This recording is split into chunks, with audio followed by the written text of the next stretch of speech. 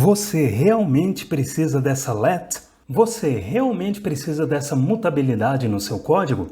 É o seguinte, galera, eu estou aqui com o código dessa aplicação e a pessoa que construiu essa aplicação já começou acertando, porque é um quiz de Final Fantasy VII, um dos melhores jogos já criados. Então, só para contextualizar, como que funciona um quiz? Você marca alguma alternativa que você acha correta, envia e ele vai mostrar quantos pontos você fez. É basicamente isso. Só que no código desse quiz eu encontrei algumas coisas que são muito comuns em códigos de pessoas que estão começando. Eu tenho certeza que se você já não fez isso, você vai fazer. Não tem como, porque o que eu vou mostrar aqui é uma característica de código imperativo e a maioria das pessoas que estão começando com JavaScript começam escrevendo código imperativo. Nada de certo ou errado com isso, mas chega um momento em que alguém precisa te mostrar as desvantagens de se escrever esse tipo de código.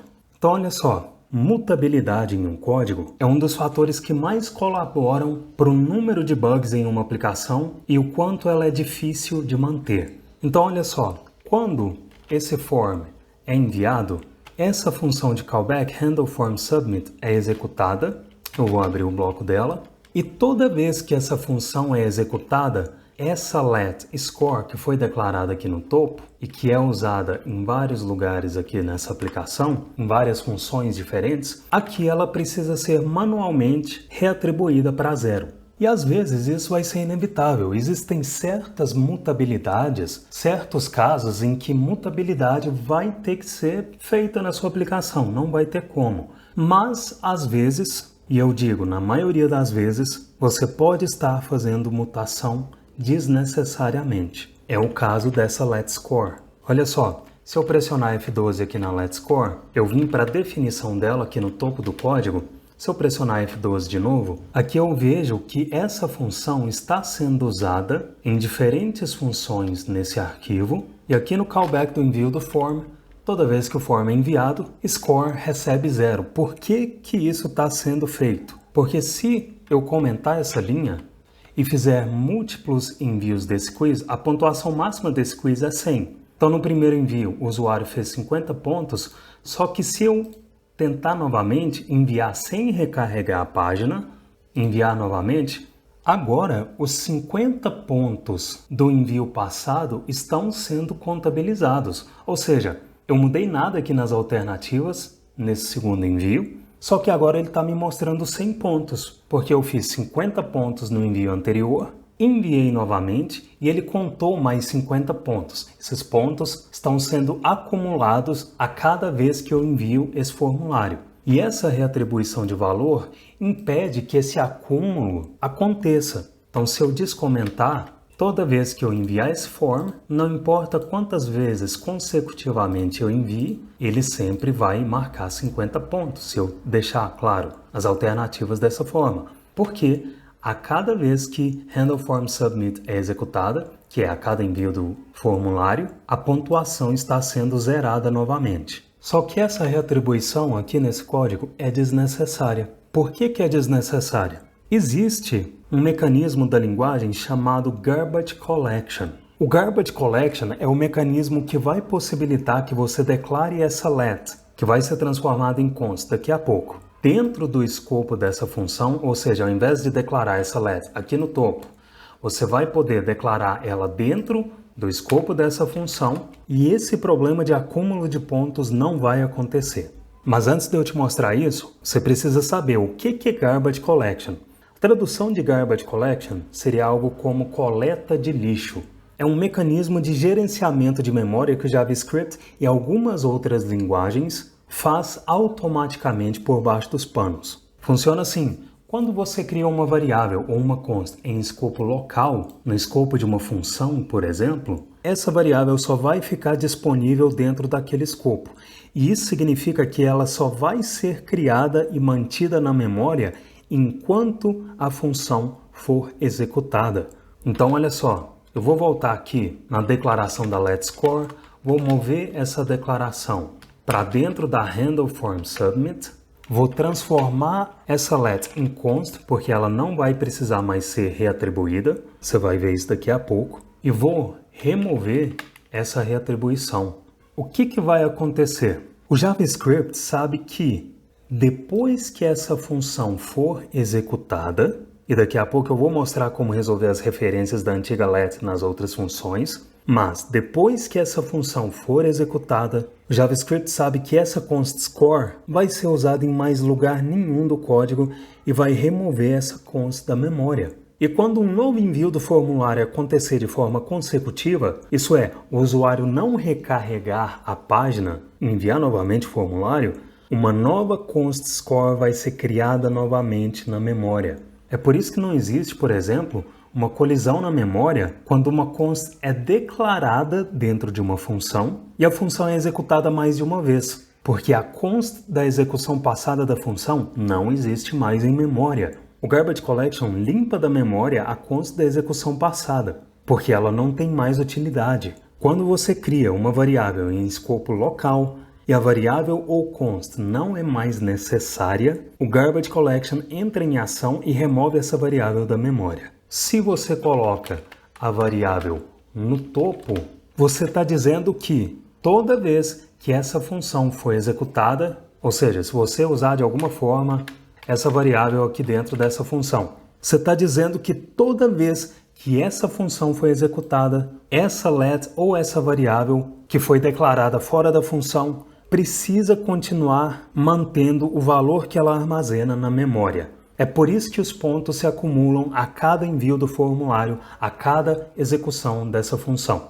Então vou voltar à declaração da const aqui para dentro dessa função. E a vantagem disso aqui é que não fica muita coisa na memória. Você não guarda muita coisa na memória. E esse mecanismo do Garbage Collection funciona com funções, com variáveis, com objetos, com qualquer coisa que o JavaScript saiba que ele não vai usar depois. Se score continuasse sendo uma let declarada no escopo no topo do código, o Garbage Collection não iria conseguir limpar ela da memória e aquela reatribuição de ficar zerando o valor dela a cada envio do form teria que existir aqui dentro da função. Roger, eu entendi, mas e as referências da score nas funções que você mostrou? Cadê? Deixa eu procurar. Score. Tem algumas ocorrências de score no código, uma é a que eu declarei aqui, mas ficaram aquelas referências da antiga letScore. Por exemplo, essa dentro da calculateScore, essa dentro do if, dentro do bloco do if. Então, olha só, como eu declarei a const score aqui dentro, se eu executar esse código, obviamente, vários problemas vão acontecer. O primeiro é nessa linha 16, porque a score is not defined. Ou seja, ele está tentando pegar aqui do escopo do topo do código uma variável score e não está conseguindo. Por isso que ele diz que essa variável não foi definida. Então, como que ficam essas referências da antiga score? Fica que você vai passar a score como argumento dessas funções que estão usando score. E não vai precisar fazer mutação. Vamos começar pela calculateScore. O que essa função está fazendo? Bom, ela é o callback de um for each. Isso significa que os itens desse array estão sendo recebidos. A cada execução, um item está sendo recebido nesse parâmetro userAnswer. Aqui tem um index do callback do for each. Aqui uma comparação para verificar, para armazenar em uma const, se a resposta do usuário está correta. E se a resposta estiver correta, score, que estava declarada no topo do código, recebe todo o valor que ela já tem somado a 25. Então, eu posso fazer algumas mudanças aqui nessa função.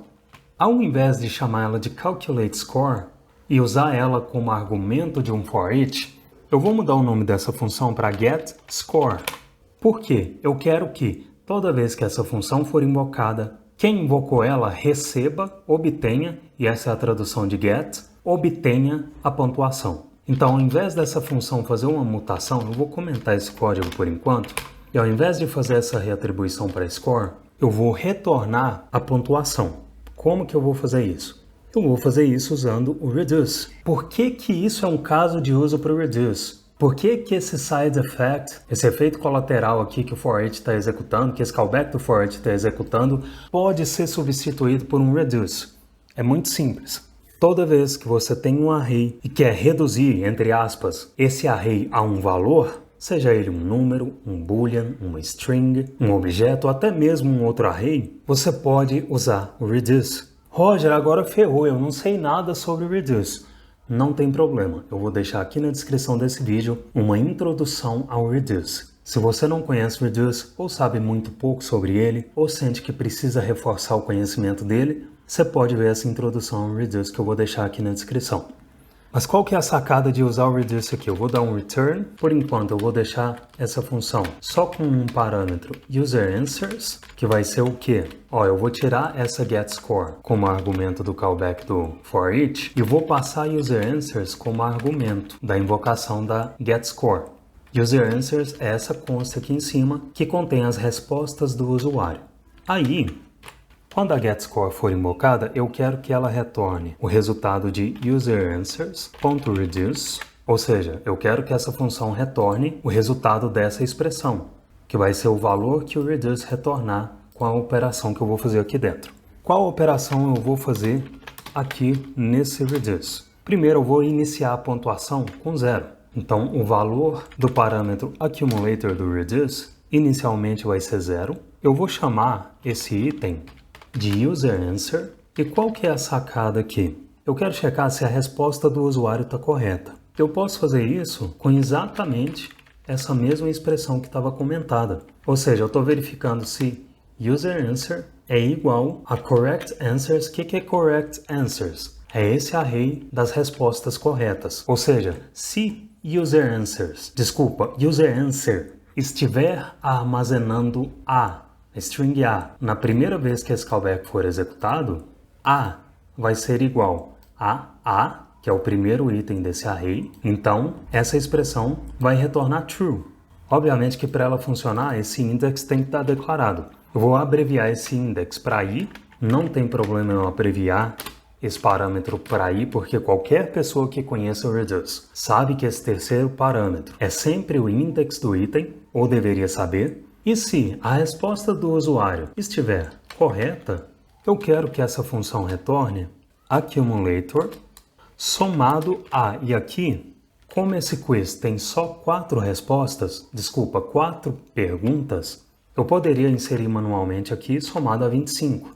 Porque a pontuação máxima é 100, 100 dividido por 4, 25. Porém, eu não vou fazer isso aqui, porque eu quero deixar essa expressão mais dinâmica. Então, ao invés de simplesmente inserir 25, eu vou somar accumulator a 100, que é a pontuação máxima, e aqui poderia ter uma variável armazenando essa pontuação máxima, aqui eu não vejo necessidade nesse momento, dividido por userAnswers.length. Então, se a resposta do usuário estiver correta, eu vou somar accumulator com a pontuação máxima dividido por userAnswers.length. UserAnswers é o array que está sendo recebido aqui no parâmetro e que contém, deixa eu ir para a invocação dessa função. Esse array userAnswers vai conter as respostas do usuário e userAnswers e correctAnswers têm a mesma quantidade de itens. Isso significa que se depois um item for acrescentado aqui, provavelmente userAnswers também vai ter 5 itens, a pontuação máxima vai continuar sendo 100 e eu não vou precisar mexer em nada aqui nessa expressão. Não vou precisar mudar, por exemplo, a pontuação de 25 para 20. Sacou a ideia? Por isso que eu vou usar a propriedade length aqui. Então, se a resposta do usuário estiver correta, o resultado dessa expressão vai ser retornado aqui pela função. Agora, se a resposta não estiver correta, eu vou simplesmente retornar o valor de accumulator, porque não vai ter soma de pontuação igual está vendo aqui quando o usuário acerta a resposta. Fechou?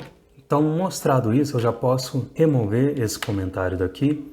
Como eu estou lidando com uma arrow function, não preciso dos blocos, arrow function de linha única, não preciso dos blocos, não preciso do return. Esse reduce eu posso quebrar aqui para baixo, apesar que tanto faz, essa linha vai ficar comprida mesmo. E tá tudo bem, não vejo muito problema nisso, porque essa const já está descrevendo o que a função vai fazer. E outra coisa que talvez você esteja pensando, Roger, mas esse código é difícil de ler. Se você estiver começando a escrever código funcional agora, é óbvio que é. Porque você não foi acostumado a escrever código assim. Você pode estar acostumado com for, each, e a primeira vez que você viu um for ou for each na sua frente, provavelmente você teve dificuldades em entender aquela sintaxe da mesma forma. Então, se isso aqui for novidade para você, não espere entender do dia para a noite. Essa não é a expectativa que você deve ter. Você vai precisar de muita prática da mesma forma que você precisou praticar for e for each. Mas, dito isso, esteja avisado, é um caminho sem volta.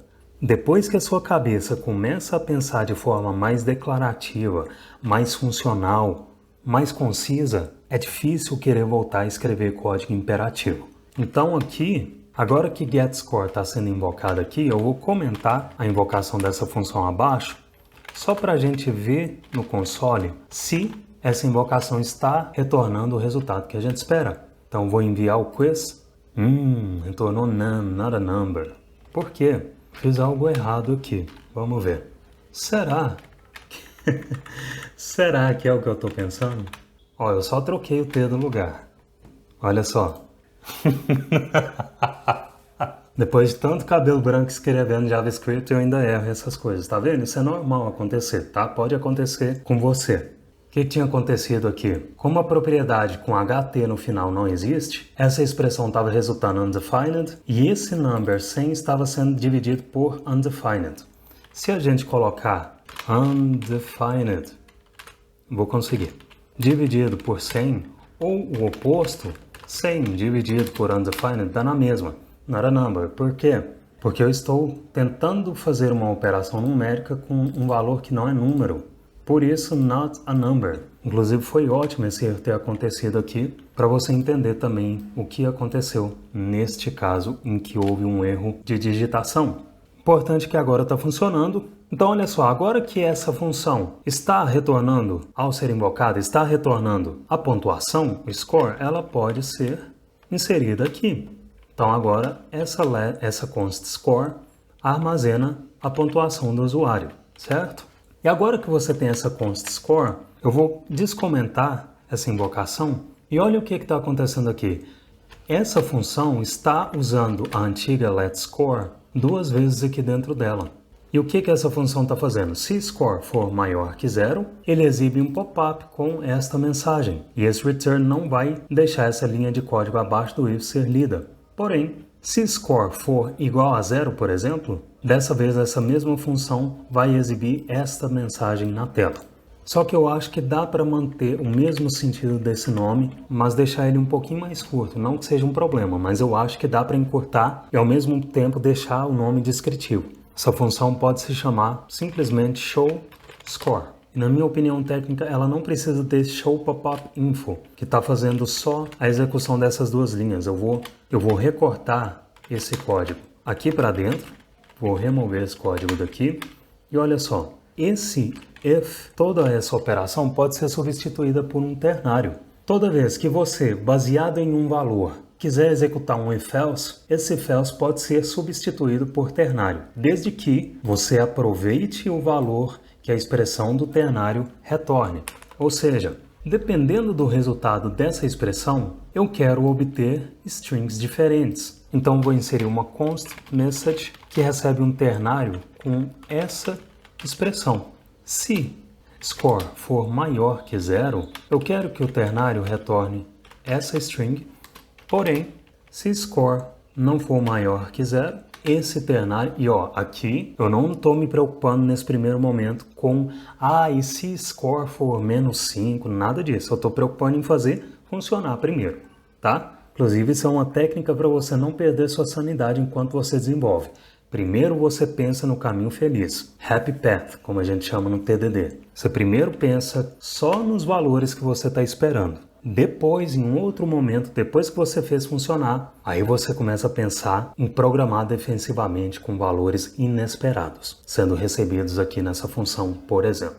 Então é isso. Essa const message, se score for maior que 0, vai receber essa string, mas se score não for maior que 0, message vai receber essa string. Feito isso, toda essa operação pode ser removida daqui, só que essa showScore precisa receber de algum lugar essa const score. Então score vai ser um parâmetro que vai receber o valor de score.